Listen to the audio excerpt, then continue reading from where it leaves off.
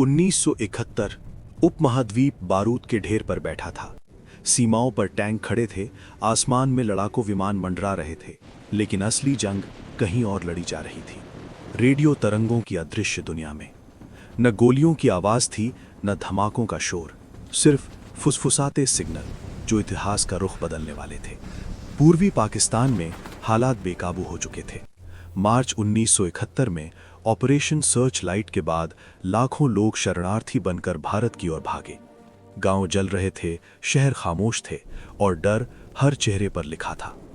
इसी अंधेरे के बीच जन्म हुआ मुक्ति बाहिनी का, स्थानीय लड़ाके जो अपनी आज़ादी के लिए सब कुछ दांव पर लगाने को तैयार थे। लेकिन बंदूक से बड़ी ताकत थी जानकारी, और यही जिम्मेदारी उठाई भारत की खुफिया एजेंसी रॉ ने। 1968 में बनी ये एजेंसी अभी नई थी, पर 1971 उसका अग्नि परीक्षा का साल था। पूर्वी पाकिस्तान के अंदर गुप्त नेटवर्क तैयार किया गया। मुक्ति बाहिनी के साथ मिलकर रॉ के ऑपरेटिव्स ने ऐसे ठिकाने बनाए जहां से पाकिस्तानी सेना के रेडियो संदेशों को चुपचाप सुना जा सके। ये साधारण ट्रांजिस्टर या खुले एंटीना नहीं थे। सीमावर्ती इलाकों और जंगलों में छिपे छोटे छोटे रेडियो इंटरसेप्ट स्टेशन, जिनका काम था दुश्मन की बातचीत पकड़ना, उसे डिकोड करना और तुरंत भारतीय सैन्य मुख्यालय तक पहुंचाना। हर संदेश में छिपा होता था एक संकेत, सैनिकों की मूवमेंट, गोला बारूद की सप्लाई या आने वाले हमले की योजना। तनाव सिर्फ मैदान में नहीं था, अंतर्राष्ट्रीय दबाव भी बढ़ रहा था। अमेरिका की 7वीं फ्लीट बंगाल की खाड़ी की ओर बढ़ रही थी।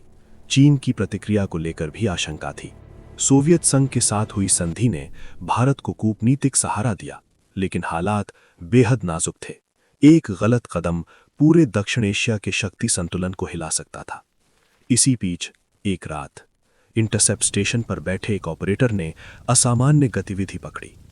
पाकिस्तानी सेना के उच्चाधिकारियों के बीच तेजी से संदेशों का आदान प्रदान हो रहा था। कोडित भाषा में बात हो रही थी, लेकिन पैटर्न साफ था, बड़ी सैन्य हलचल की तैयारी। डिकोडिंग टीम ने घंटों मेहनत की। शब्दों के पीछे छिपे अर्थ को जोड़ा गया और फिर सामने आया एक अहम संकेत। ढाका और चितगांव के बीच सैनिकों की बड़ी पुनर्संरचना और भारतीय सीमाओं के पास संभावित जवाबी कार्रवाई की योजना। ये जानकारी तुरंत पूर्वी कमान तक पहुंचाई गई। भारतीय सेना की रणनीति पहले एक सीमित दबाव बनाने की थी, लेकिन अब तस्वीर बदल चुकी थी। सैन्य नेतृत्व ने समझ लिया कि तेज और निर्णायक कार्रवाई ही हालात को काबू में रख सकती है। 3 दिसंबर 1971 को पश्चिमी मोर्चे पर पाकिस्तान की वायुसेना ने भारतीय एयरबेस पर हमला किया।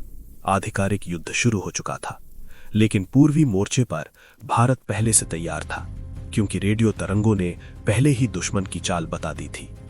भारतीय सेना ने कई दिशाओं से तेजी से आगे बढ़ना शुरू किया।